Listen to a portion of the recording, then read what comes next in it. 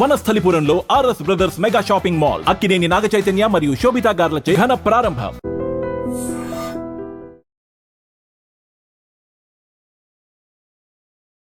ప్రేమించిన అమ్మాయి బ్రేకప్ చెప్పడంతో ఆ యువకుడు ఎలా రివెంజ్ తీర్చుకున్నాడో చూడండి. సీసీటీవీలో రికార్డ్ అయిన ఈ దృశ్యాలు చూస్తున్నారుగా. మధ్యప్రదేశ్కు చెందినటువంటి రాజేంద్ర అనే యువకుడు ఒక అమ్మాయి ప్రేమించుకుంటున్నారు. అయితే ఆ అమ్మాయి సడన్ గా బ్రేకప్ చెప్పేసింది. దీంతో ఇద్దరి మధ్య వాగ్వివాదం కొనసాగుతోంది. చాలా గ్యాప్ కూడా వచ్చింది. అయితే మొన్న బుధవారం రోజు ఈ యువకుడు ఆ అమ్మాయి ఏదో ఒక నడి రోడ్డు పైన మాట్లాడుకున్నారో ఘర్షణ పడ్డారో తెలీదు. అతను ఒక చోట అప్పటికే షాప్స్ అన్ని క్లోజ్ చేస్తున్నాయి. వెరీ 2 early hours అనమాట. అతను అక్కడ అలా బైక్ ఆపగానే అమ్మాయి కొంత దూరం ముందుకు వెళ్ళి నడుచుకొని మళ్ళీ కోపంతో ఏదో చేతిలో ఉన్నటువంటి ఒక వస్తువునో రాయినో తీసి అతని మీదకి ఇసిరేసింది.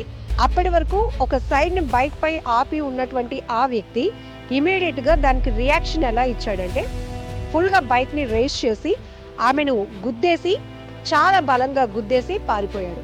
అయితే ఒక్కసారిగా అక్కడ ఉన్న చుట్టుపక్కల ఉన్న వాళ్ళు కూడా పడిపోయినటువంటి ఆమెను తీయకుండా అంత బలంగా ఒక అమ్మాయిని ఎవరు ఉద్దేశపూర్వకంగా హిట్ చేసి పారిపోతున్నారు అంటూ ఆశ్చర్యంగా చూస్తూ ఉన్నారు. ఆ తర్వాత ఆ అమ్మాయిని కొంతమంది దగ్గరకు వెళ్ళి లేపి ఏంటి అని అడిగి తెలుసుకుని అమ్మాయిని అయితే హాస్పిటల్కు తరలించడంతో ప్రస్తుతం ఆమె చికిత్స పొందుతుంది. ఉద్దేశపూర్వకంగా అతి వేగంగా వచ్చి అమ్మాయిని గుద్దేయాలి, ఏదో ఒకటి చేయాలనే ఉద్దేశంతో అతను అలా హిట్ అండ్ రన్ చేయడం వల్ల అమ్మాయికి సివియర్గా పెయిన్ రావడమే కాదు గాయం కూడా జరిగింది. ప్రస్తుతానికి ట్రీట్మెంట్లో ఉంది.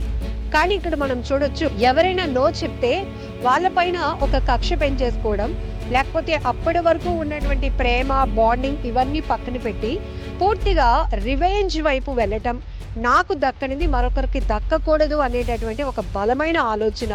ఇవన్నీ క్షణికావేశంలో రివెంజ్ తీర్చుకోవటానికి ఎలా దాడులు చేస్తున్నారో మనం చూస్తున్నాం. చాలా చోట్ల ప్రేమ విఫలం అవ్వటం ఒక ఎత్తు అయితే, ఇలా కొన్నాళ్ళ పాటు ప్రేమించుకొని అర్ధాంతరంగా మరొకరి మోజులో పడడం వల్ల, లేకపోతే ఇంట్లో ఒప్పుకోలేదన్న కారణంతో అటు అబ్బాయి కావచ్చు ఇటు అమ్మాయి కావచ్చు బ్రేకప్ చెప్పేసి ఇక చాలు మనం వదిలేద్దాం ఈ ఫ్రెండ్షిప్ని, వదిలేద్దాం ఈ లవ్ని, నార్మల్ అయిపోదాం, నీకు నాకు ఇంకా సంబంధం లేదు అని మాట్లాడేసుకుంటారు. చాలా ఈజీగా జరుగుతుంది. ఆ తర్వాత ఎవరో ఒకరు మాత్రం ఈ పెయిన్ని చాలా గట్టిగా తీసుకుంటారు, చాలా బలంగా తీసుకుంటారు. దాంతో కోపం కూడా పెంచుకుంటారు. ఆ ఉన్న ప్రేమ, ఇన్నాళ్ళు కొనసాగినటువంటి జర్నీ మొత్తం రీకలెక్ట్ చేసుకుని ఏదో ఒకటి చేసేయాలి, మనకు దక్కలేని మరొకరికి దక్కకూడదు అనే ఆలోచన కావచ్చు. అయితే ఈ సీసీటీవీలో రికార్డ్ అయిన ఈ దృశ్యాలు బట్టి మనం ఎవరిని జడ్జ్ చేయలేం ఇందులో. కానీ ఒకరినొకరు హింసించుకోవాలి అన్నదాకా వాళ్ళ మధ్య విరుద్ధం పెరిగింది అంటే ఏమనుకోవాలో కూడా అర్థం కావటం లేదు. బట్ ఒకవేళ అదే స్పీడ్తో ఆ అమ్మాయిని గుద్ది ఆమె ఇమ్మీడియట్గా చనిపోతే ఎవరు కారకులు అవుతారు? ఎంత డ్యామేజ్ జరుగుతోంది? తను కూడా జైలు పాలవుతాడు కదా. ఎందుకు ఇవన్నీ ఆలోచించుకోకుండా క్షణికావేశంతో నిర్ణయాలు తీసుకుంటున్నారో అర్థం కాలేదు.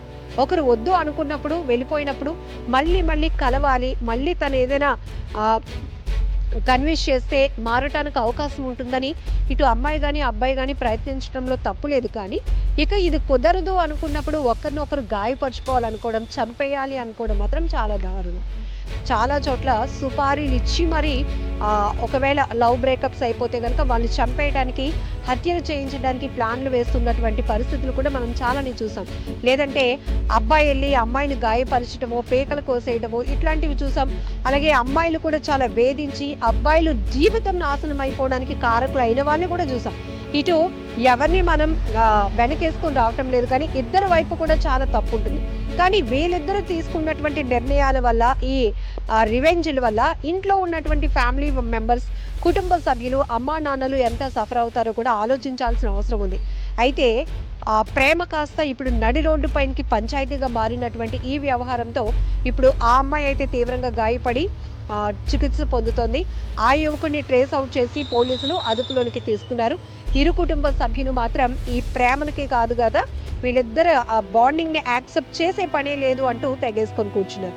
ఏది ఏమైనా ఈ ఘటన కూడా చాలా బాధాకరమైన విషయమే. నిజంగా అమ్మాయి ప్రాణాలు పోయి ఉంటే ఎంత డ్యామేజ్ జరుగుండేది. నిజంగా ప్రస్తుతం ఉన్నటువంటి సమాజం దేనికి ప్రయారిటీ ఇస్తుంది? ఆర్థిక సంబంధాల చుట్టూ మాత్రమే తిరుగుతోంది. మళ్ళీ ఎన్నికలంగానే చాలా విరక్తి కలుగుతున్నాం. మంచి అనిపిస్తుంది కదా, లేడీస్ కూడా ఛాలెంజింగ్ జాబ్స్ చేసినప్పుడు చాలా బాగుంటది. ట్రాఫిక్ అసిస్టెంట్స్ గా నియమించిన ట్రాన్స్జెండర్స్ అందరితో సాల్యూట్ చేయించుకుంటున్నారు. ఫుడ్ డెలివరీ ఇవ్వటానికి వెళ్ళినటువంటి డెలివరీ బాయ్ అనిల్ పై కళ్ళ ముందు